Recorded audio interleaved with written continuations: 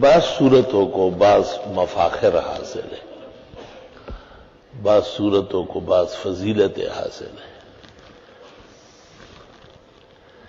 ان میں سے یہ صورت جو تغابن کے نام سے ہے، جو آج نماز میں پڑھی گئی،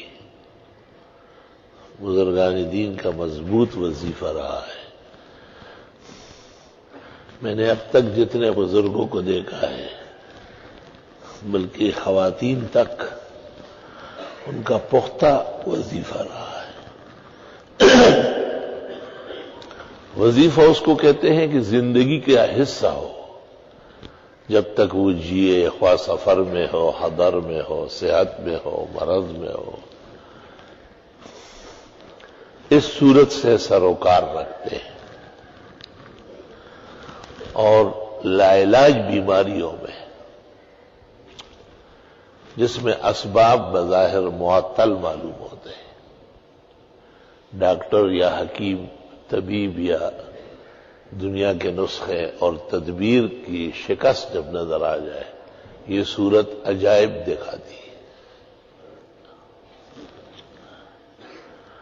سب سے بہتر صورت تو یہ ہوتی ہے کہ آدمی 41 مرتبہ پڑھے اور پھر ایک دفعہ پڑھتا رہے روز۔ کہتے قبل الفجر یاقوت و مرجان ہے، فی الفجر جوہر ہے، بعد الفجر سونا ہے، سورج نکلنے کے بعد چاندی، اور ہر وقت پڑھنا حکمت سے خالی نہیں ہے، فوائد اور اجر سے مالا مال ہے۔ 41 مرتبہ کسی غرض کے لیے بھی پڑھی جاتی ہے، کسی کام کے لیے ضروری، غرض سے مراد کوئی ضروری کام جس سے آپ دو چار ہو اور آپ چاہتے ہیں کہ خیر و عافیت سے ہو جائے۔ لیکن ابدیت شرط ہے، بندگی شرط ہے، زور نہیں چلے گا، کسی کے باپ کا ٹھیکہ نہیں ہوتا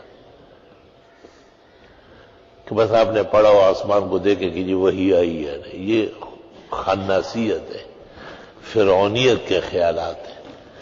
ہم وقت اللہ سے ڈرے رہنا اور اللہ سے خیر کی امید رکھنا، اپنی کوتاہی اور قصور کا اعتراف کرنا ہو۔ کبھی ایسا ہوتا ہے کہ کسی ایک مقصد کے لیے سورہ تغابن کو وظیفہ بناتے ہیں، کبھی کئی مقاصد لکھے جاتے ہیں باقاعدہ کاغذ پر۔ بسم اللہ الرحمن الرحیم، ہم نے آج تک اپنے بزرگوں سے سنا ہے، جن پر ہمیں اعتماد رہا ہے اور جن سے ہمیں دین پہنچا ہے اور دین کے فائدے پہنچے ہیں، کہ اس صورت کے پڑھنے سے اللہ خاص فضل فرما دے۔ اللہ تعالیٰ کی بارگاہ احدیت و سمدیت میں گزارش اور بندگی کی درخواست ہے کہ ہمارے اس بیمار کو یہ صحت ملے، اس ظالم سے اس طرح نجات ملے، اس پریشانی سے اس طرح چھٹکارا ملے، اور وہ کاغذ گم نہ کرے، خبردار۔ اور وہ جب بھی سورہ تغابن پڑھنے لگے تو اس کو 1-2 دفعہ پڑھ لے، بسم اللہ پڑھ کر۔ اس کو بخاری میں انشاد کہتے ہیں، انشدک باللہ۔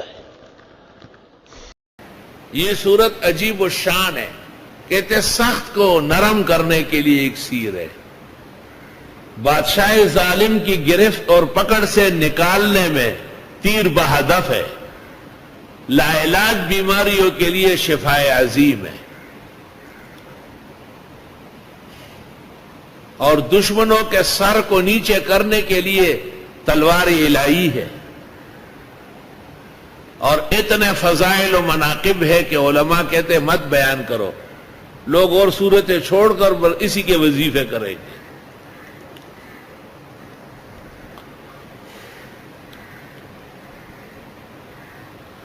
41 مرتبہ پڑھی جاتی ہے، اور پھر ہر کام اور مراد کے لیے ہر روز ایک دفعہ قبل الصباح یاقوت و مرجان ہے، بعد الصباح ذهب اور فضہ ہے، سورج نکلنے کے بعد جب چاہے پڑھنا جائز ہے، لیکن مرادیں پوری ہوتی ہے قبل الصباح اور عند الصباح۔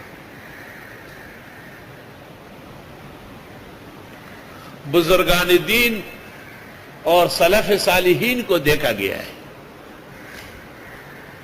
کہ جب کسی کے بیمار ہونے کا سنتے ہیں اور یہ بھی خیال میں آتا ہے کہ بھئی اب کافی وقت ہو رہا ہے یا پریشانی بڑھ رہی ہے، تو فجر کی نماز میں سے امام صاحب یا وہاں کا کوئی ذمہ دار اعلان کر لیتا ہے کہ فلاں کے گھر جا کے سورہ تغابن پڑھنی،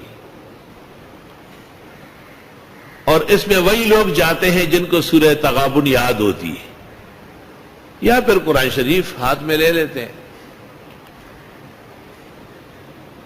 بیمار کے پلنگ کے چاروں طرف بیٹھ جاتے ہیں، بشرطی کہ مرد ہو عورت نہ ہو، عورت ہو تو عورتیں کرے، اور وہ گھر وہ پراٹھے اور چائے گرم گرم تیار کرے، اور کڑس اور پیچ والے پراٹھے ہو۔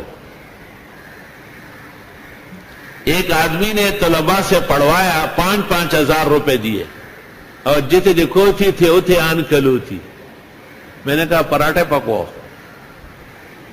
حیران رہ گیا، کہا 5,000 ہزار روپے۔ میں نے کہا وہ تو خیرات صدقہ ہو گیا، سورہ تغابن نہیں ہوئی۔ یہاں سے طلباء دوبارہ چلے گئے، اور اس نے میرے کہنے کے مطابق شل ہو گیا تھا، امریکہ سے اپائے جایا تھا، آج ایسا دوڑتا ہے آپ دیکھیں گے کہ گھوڑا ہے، مانیں گے نہیں کہ یہ شل بھی ہوا ہے، لیکن ہے نہایت ناشکرہ ناقدرہ۔ اس کو چاہیے کہ احسن العلوم کو اپنے پلکوں پر بٹھائے۔ امریکہ اور برطانیہ سے بالکل ناکام ہو کے آیا، پلنگ کے اندر کرسی پہ لایا گیا، اور یہاں کے سورہ تغابن نے اللہ نے ان کو صحت شفا عطا فرمائی۔ گفتائے او گفتائے اللہ بود او گرچہ از حلقوم عبداللہ